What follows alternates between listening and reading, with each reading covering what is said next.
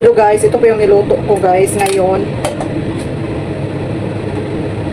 Yung amo ko lang naman ang kakain kasi yung amo kong lalaki is doon sa baba kakain.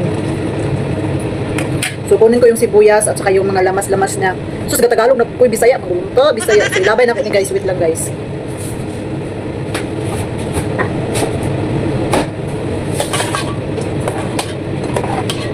So ako na to mga sibuyas na itong ginaputang ko. Dili mo ko na siya kuan.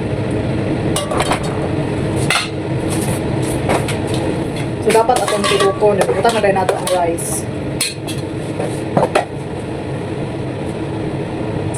So ako na ito ng kuan guys, tubig.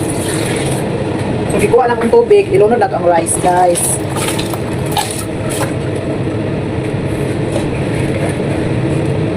Wala na akong gitilawan yung kuan masabaw o ganang okay na ba yung timpla.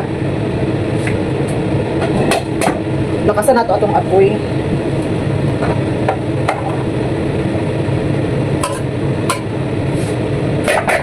So nara siya guys oh. Mao na siya guys ang ato ang gilunuran og kanon aw kanang bugas.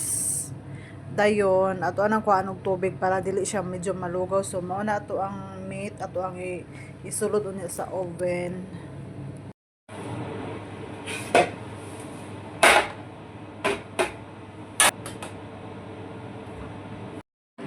Nara siya guys, ato na siya ready to oven na siya. So mo na itong rice guys, kuha na to siya water kay dagan na ka siya tubig kay malugaw ni siya. Malugaw.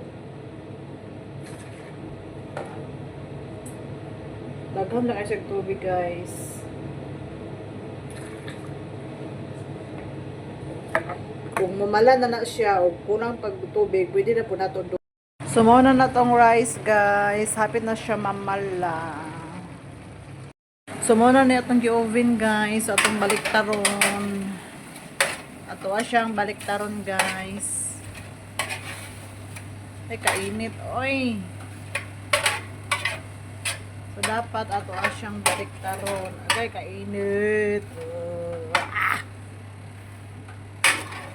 Very init.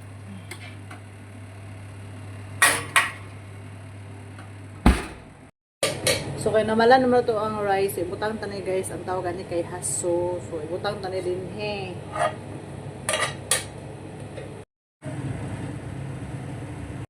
Dayon atong takloban.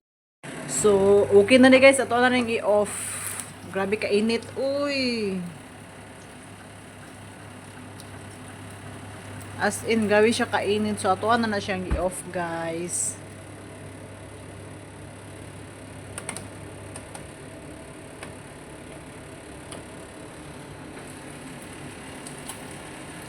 So, thank you for watching, guys. Bye-bye.